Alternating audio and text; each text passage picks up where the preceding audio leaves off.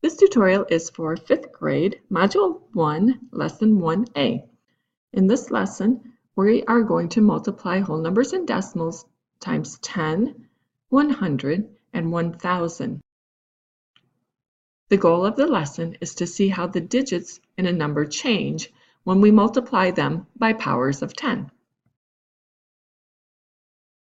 The first problem we're going to do is 34 and 5/10 times 10. I'm going to write the first factor, 34 and 5/10, in my place value chart. So I have a 3 in my tens place, a 4 in my ones place, I'm going to include my decimal point, and a 5 in my tenths place. I'm going to use the place value chart to multiply by 10. When I multiply by 10, I know that my digits are all going to get 10 times bigger, which means on the place value chart, the digits will all move one place value to the left.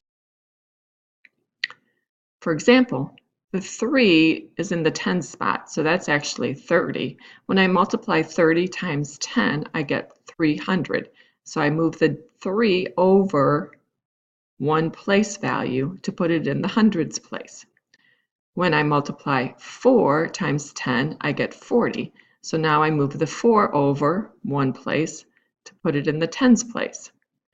When I multiply 5/10 by 10, I get 50 tenths.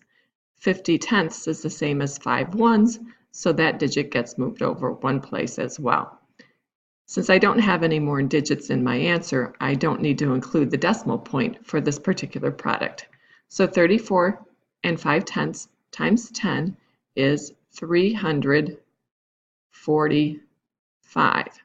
And again, we're focusing on the fact that every time we multiply by 10, each digit gets 10 times larger than where they started.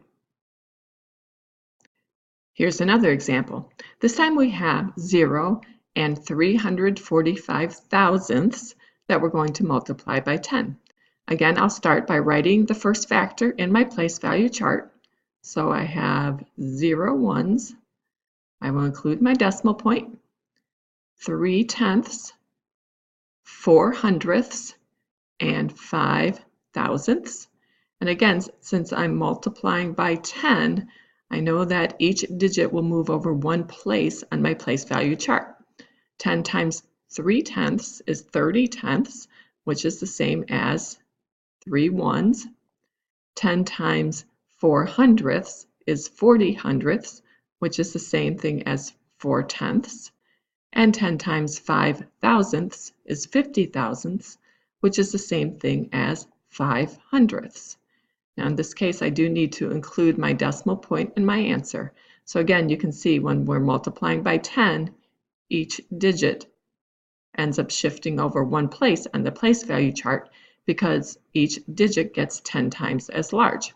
So my answer to this problem is 3 and 45 hundredths. The question below looks at that pattern. It says when multiplying by 10, the digits move one space to the left. We'll see a similar pattern when we multiply numbers times 100. In this case, I have 273 thousandths, then I'm going to multiply by 100. Again, I'll start by putting my number, the first factor, in the place value chart. So I have 2/10, 7 hundredths, and 3 thousandths. Now when we multiplied by 10, we moved the digits to the left one place value spot. Well, since 100 can be thought of as 10 times 10, that means I'm going to move my digits 2 place values to the left to show that I'm multiplying by 100. So instead of having my 0 in my ones place, I can move the 0 over 2 place values.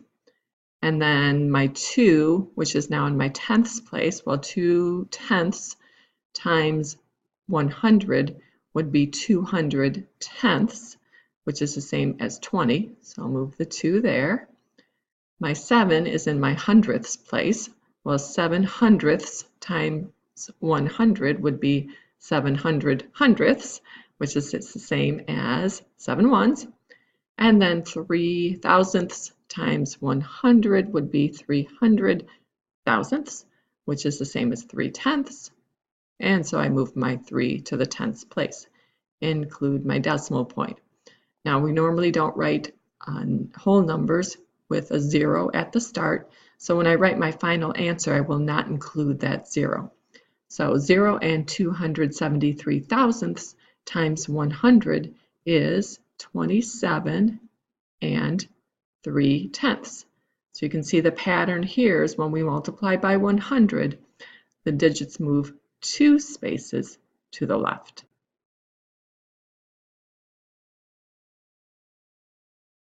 And once again, we'll see a similar pattern when we multiply by 1,000. My first factor is 1 and 46 hundredths.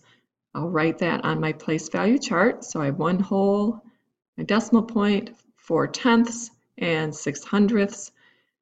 If I think of the number 1,000, 1,000 is the same thing as 10 times 10 times 10. So that means I'm going to move my digits 3 spaces to the left.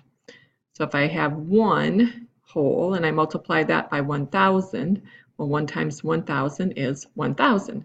So my 1 moves over 3 places. When I multiply 4 tenths by 1,000, I get 4,000 tenths, which is the same thing as 400. And when I multiply my 6 hundredths times 1,000, I get 6,000 hundredths, which is the same thing as 60. And I don't have any more multiplying to do, but I cannot leave my whole number place value spots empty. So we're going to put a 0 in the ones place. That tells me that 1 and 46 hundredths times 1,000 is 1,460. And again, the pattern is that when we multiply by 1,000, the digits will move 3 spaces to the left. And finally, we're going to use that place value understanding to examine these two numbers. In number A, I have 0 and 146 thousandths, and I'm comparing that to number B, which is 1 and 460 thousandths. The first question says, the value of the 1 is 10 times bigger in A than in B. So if I look at my 1 in both numbers, the statement says that the 1 in problem A is 10 times bigger than B. Well, the 1 in A is 1/10. The 1 in B is 1 whole. So that is false. The 1 in A is actually smaller than the 1 in B. The next statement says the value of the 4 is 10 times bigger in B than in A. Well, in B, my 4 is worth 4 tenths. In A, my 4 is worth 4 thousandths. So 4 tenths is 10 times as big as 4 thousandths. So that statement is true. And the last statement says the value of the 6 is 10 times bigger in B than in A. So in B, I have 6 hundredths. In A, I have 6 thousandths. 6 hundredths is 10 times bigger than 6 thousandths. And I know that because it is one place value over to the left compared to the 6 in problem A. So that statement is true. So again, we can use that place value knowledge to help us multiply by those powers of 10, 100, and 1,000.